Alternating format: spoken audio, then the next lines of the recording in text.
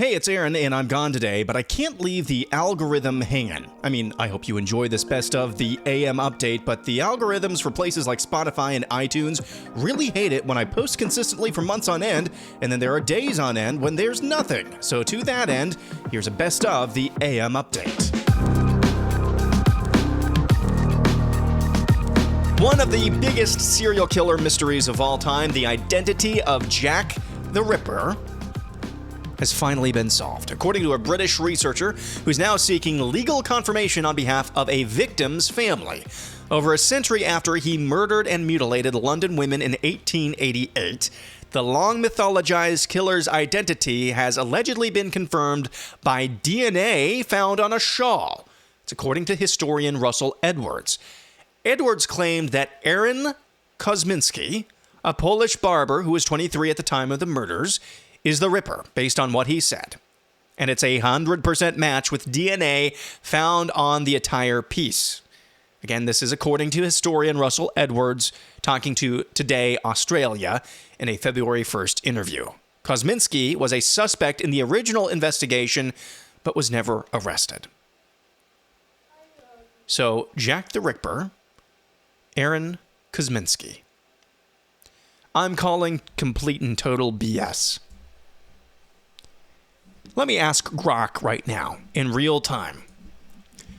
What are the most stereotypical and common first names of serial killers? Let's see what Grok comes up with. I'm calling BS. John, David, Richard, Ted, Jeffrey, Ed, Charles, Robert. Serial killers are not named Aaron. I like my name, by the way, but that's a terrible serial killer name. You gotta be named something like Ted, David, even Timothy. John Wayne Gacy. Aaron is not a serial killer's name. It's just not. So for that reason alone, I'm calling BS on this entire story. No, Jack the Ripper's true identity remains an enigma. Because it just can't be that Jack the Ripper, one of the most mythologized, probably most mythologized serial killers in Western civilization over the past 150 years, there's no way that his name is Aaron. And I'm not trying to defend myself here. Like I said, I like my name. I know I have enough self-awareness to admit that my name is not a serial killer name. Of course, that's exactly what somebody who's a serial killer might want you to think. Telfer is the first man to cheat his way to a women's NCAA title in 2019. He went on CNN to explain why he can't be stripped of his title because that's not how any of this works. I wonder how you react, though, when you read that the Department of Education has written a letter to the NCAA suggesting that transgender women who have won titles and set records, they should be stripped. If somebody's truly working or a part of the Department of Education, they would be smart and educated enough to know that something like that that's not how history works, and that's not how the direction of progressiveness works, and you can't take back history. You can't take back history. That is the voice of Telfer, the first man to cheat his way to a women's NCAA title in 2019. The Department of Education, of course, sent a letter to the NCAA saying that men who competed in female sports should be stripped of their titles. Rightly so. You can't take back history. Now, I'm not the smartest cookie in the box, not the smartest light bulb in the socket. You can tell I'm mixing metaphors here. That should be indication enough. But I'm not a half-wit, not a full wit. I'm kind of a three-quarters wit. I'm just spitballing here, asking questions. Mr. CC, you are a man. I'm sorry. You prefer to be referred to as a woman, but you were a man. Okay, so again, this is taking every single synapse in my brain to put all of this together. So that would seem to indicate at one point you were a man and you did identify as a boy or a man, but now you don't because you want to be referred to as a she and a her. So, man, what am I getting at here? It seems I don't know. It seems like maybe you can take back history, at least by your own admission. You can take back history because you used to be a man and now you want to be called a woman. I mean, everybody knows you're still a man, okay? Everybody knows you're still a man. But we're just going to humor you for a little bit here, Cece. So it seems like you can take back history a little bit. Or maybe, in the left's view, a lot of it. Let's just take a walk down memory lane, shall we? Christopher Columbus statue removed in Chicago in 2020. July 24th of 2020. Robert E. Lee statue in Richmond, Virginia. Removed September 8th, 2021. Stonewall Jackson statue, also in Richmond, removed July 1st, 2020. Jefferson Davis, Frankfort, Kentucky. Memorial to Confederate soldiers and sailors in Indianapolis in June of 2020. Yeah, Confederates lost, but they're part of our history. What about this? Thomas Jefferson statue removed from New York City Hall after nearly 200 years. That was also back in 2021. So I guess if it's a certain kind of history, you can take that back. A bankruptcy filing could potentially be on the menu for Hooters of America in the near future. The company is looking at possibly filing for bankruptcy as a means of restructuring the restaurant chain and tackling its debt. That was first reported by Bloomberg late last week. My wife told me about this story. I'd seen a headline, but I really didn't care until I started thinking about it a little bit more. I don't really understand the point of Hooters, the restaurant. Okay, I understand the point of Hooters, okay, or the points, if you will, ba-doom-ching. But that's not what I'm really talking about here.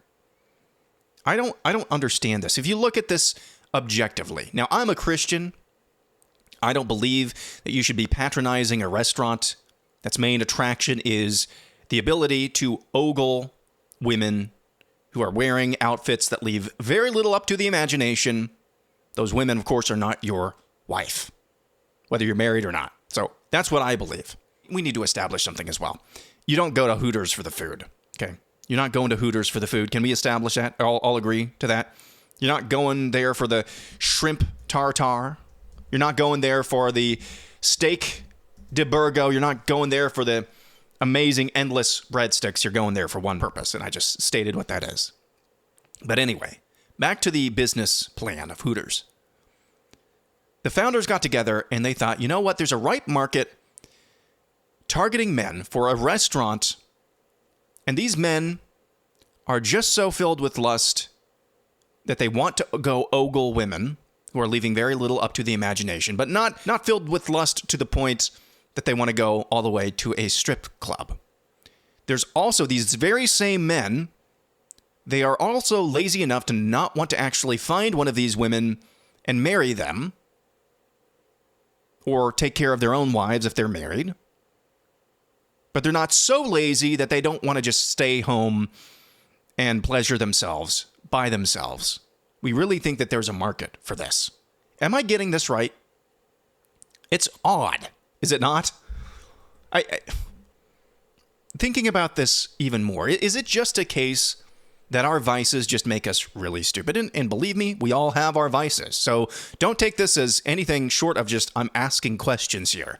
It's just the oddest thing.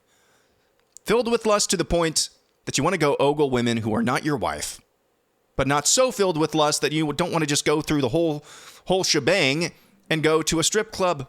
Lazy enough to not want to go out and find a wife, but not so lazy that you just want to stay home and pleasure yourself to pornography. Am I getting something wrong here? I mean, are the people who go to Hooters, are the men who go to Hooters like Michael Scott in that episode of The Office where he breaks up, or his girlfriend breaks up with him, and he keeps playing the sample of the song on iTunes over and over again? Why don't you just buy the whole song. I don't have to buy it. I just want to taste it. I mean, I have to think that's kind of the equivalent of guys that go to Hooters. They just want a taste of the real deal. It's just odd, don't you think? I'm a red-blooded American male. I'm attracted to my wife, so much so that we've had multiple children together. But just looking at this objectively, just outside of a moral framework whatsoever, Hooters is just weird. Anyway, I know I'm inevitably going to get many, many comments from people saying, there are probably more important things you could be talking about, Aaron. Yeah, probably. But this has been stuck in my craw for the last several days, and I wanted to talk about it.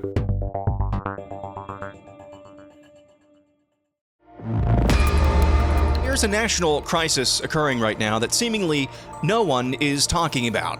Our youngest daughter, Abby, at the moment, she's getting onto solid foods, and that means that sometimes food doesn't move through her very fast. So, a good solution for that is by the consumption of prunes.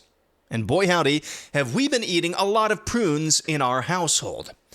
So naturally, we ran out of prunes, so during my latest Costco run, I looked for prunes, and I did not find any. I went through the dried fruit aisle, and there were all sorts of dried fruits. Dried apricots, dried kiwi, dried strawberries, dried plums, dried pineapple, just all sorts of dried foods, but no prunes. So, I had to go to Aldi after my run to Costco. And Aldi, finally, I was able to find the prunes. And I came home with a smaller bag of prunes than what I had intended to buy. Later that night, it occurred to me, what exactly are prunes? As Abby was chowing down at the dinner table, eating her prunes. What are prunes anyway?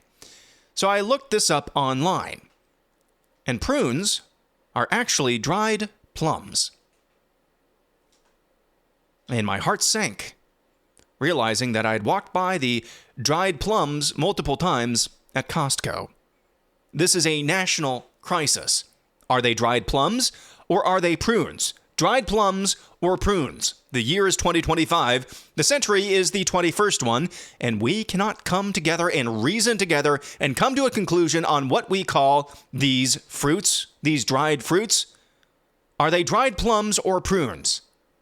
It's a conversation that needs to happen, and it has happened now. I have not discussed this since I brought it up and the scandal started to unfold. But Plumgate is very real and it's spectacular, and we have some feedback about Plumgate. Of course, if you're not familiar, Plumgate is when I explained last week that I went to Costco looking for prunes, and they had everything, every dried fruit except for prunes.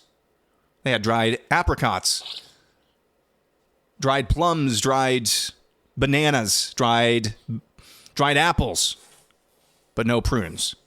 And then I actually did some research to see what prunes actually are, and they're dried plums. Ethical Chaos says, just wait till you learn about raisins. Thanks. Paul says, no offense, Aaron. How'd you not know prunes are just dried plums? And finally, Dirk says, I may not ever listen to you again, and I'm serious. It's an insult to my intelligence that I was listening to a podcast where the host didn't even know that prunes are just dried plums. Well, Dirk, apparently, unlike you, I don't spend my days thinking about plums. I'm really glad that we have people in this country who can think about those matters at length and ad nauseum. And Dirk, I'm sorry that once again I failed to live up to your high and ever-changing expectations.